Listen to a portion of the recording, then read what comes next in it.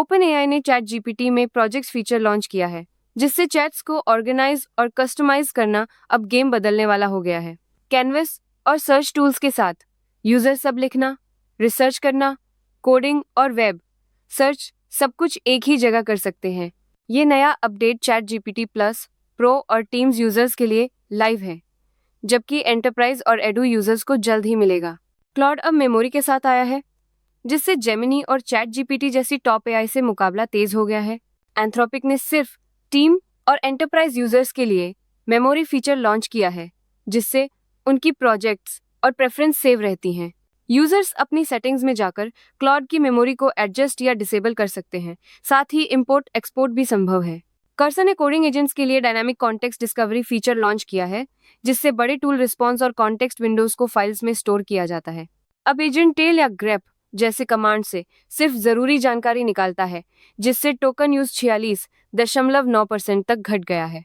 ये upgrade software developers के लिए कॉन्टेक्स्ट बोट और इंफॉर्मेशन ओवरलोड की समस्या को हल करता है और वर्कफ्लो को पहले से ज्यादा स्मार्ट और रोबस्ट बनाता है। एनवीडिया ने नेमोट्रॉन 70B और नेमोट्रॉन स्पीच ASR जैसे खुले AI मॉडल लॉन्च करके इंडस्ट्री के बड़े नामों को सीधा टक्कर दी है। नेमोट्रॉन 70B ने GPT 4 और क्लॉड 3.5 सोनेट को कई बेंचमार्क पर पीछे छोड़ दिया, जबकि नेमोट्रॉन स्पीच ASR ने कम लेटेंसी और हाई कंकरेंसी के साथ वॉइस एजेंट्स के लिए ट्रांसक्रिप्शन को नया लेवल दिया। ये मॉडल्स अब डेवलपर्स को डेटा प्राइवेसी और बजट फ्रेंडली एक्सेस के साथ फ्रंटियर AI की पावर दे रहे हैं। AI एजेंट्स बार बार क्रैश होते हैं, पर वर्सल ने वर्कफ्लो डेवकिट और वर्कफ्लोज प्लेटफॉर्म लॉन्च करके इस झंझट को सॉल्व कर दिया है। अब डेवलपर्स टाइपस्क्रिप्ट, जावास्क्रिप्ट में मल्टी स्टेप स्टेटफुल वर्कफ्लोज बना सकते हैं, जो नेटवर्क टाइमआउट या सर्वर क्रैश के बाद भी वहीं से रिज्यूम हो जाते हैं। वर्सल का ये नया tool human in the loop, external tool integration और प्रोडक्शन ग्रेड रिलायबिलिटी के लिए गेम चेंजर है। रेजर ने गेमिंग से हटकर AI डेवलपर्स के लिए फोर्ज वर्कस्टेशन लॉन्च कर दिया है, जिसमें 4 तक प्रो लेवल GPU फिट हो सकते हैं। यह मशीन AI ट्रेनिंग, इन्फेरेंस और सिमुलेशन के लिए डिजाइन की गई है, जिसमें AMD Ryzen Threadripper Pro processor, 8 DDR5 slot और 2 0W पावर सप्लाई है। रेजर ने कीमत या उपलब्धता नहीं बताई, लेकिन ये कदम गेमिंग कंपनियों के AI हार्डवेयर में घुसने का साफ इशारा है। डीपसीक ने अपने चैटबॉट में इंटेलिव्ड थिंकिंग फीचर जोड़कर रिसर्च क्षमता को अगले लेवल पर पहुंचा दिया है।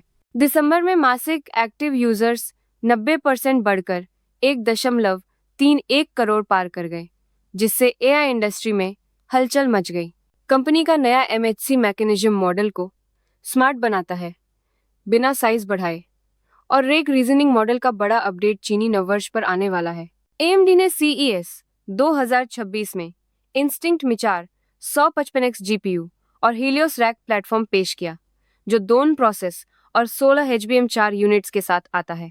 यह नया GPU पिछले जनरेशन से 10 गुना तेज है और डेटा सेंटर AI के लिए डिजाइन किया गया है। एनवीडिया रूबिन को चुनौती देता है।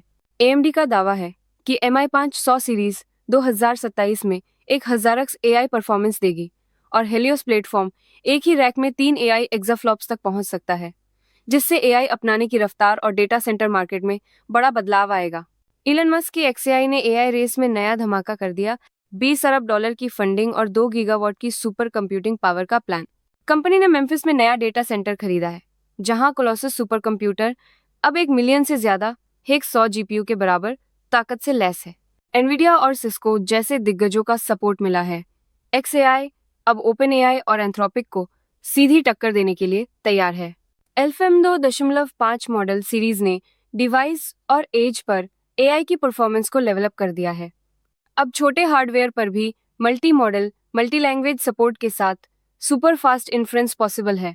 लिक्विड AI का नया LFM 2.5, 1.2B instruct model GPQA और MMLU Pro जैसे बेंचमार्क्स में लामा 3.2, 1B इंस्ट्रक्ट और जेमा 3 1B IT को पछाड़ता है। इसके जापानी, विजन लैंग्वेज और ऑडियो वेरिएंट भी ओपन वेट्स के साथ हगिंग फेस और लीप प्लेटफॉर्म पर अवेलेबल हैं, जिससे रियल टाइम एज एप्लीकेशन में जबरदस्त पावर मिलती है। जेन 4.5 मॉडल और GWM1 अब एनवीडिया रूबिन प्लेटफॉर्म पर लाइव है और ये वीडियो जनरेशन और फिजिक्स सिमुलेशन में गेम बदलने वाले हैं। रनवे का जेन 4.5 model high Fidelity real time video बनाता है, जबकि GWM एक रोबोटिक्स ट्रेनिंग और वर्चुअल रियलिटी के लिए फिजिक्स अवेयर सिमुलेशन देता है। रूबिन प्लेटफॉर्म पर ये दोनों मॉडल एंटरटेनमेंट, रोबोटिक्स और VR इंडस्ट्री के लिए ग्लोबल लेवल पर उपलब्ध है। डीपसीक ने मैनिफोल्ड कंस्ट्रेंड हाइपर कनेक्शंस नाम की नई आर्किटेक्चर पेश की है, जिससे AI मॉडल ट्रेनिंग का खर्चा काफी कम हो सकता है। इस टेक्नोलॉजी से छोटे डेवलपर्स को भी बड़े बड़े लैंग्वेज मॉडल बनाने का मौका मिलेगा, बिना भारी भरकम हार्डवेयर या पूंजी के। डीपसीक के CEO लियांग वेनफंग के नेतृत्व में आई ये रिसर्च AI इंडस्ट्री में गेम चेंजर साबित हो सकती है, खासकर रदो मॉडल के लिए।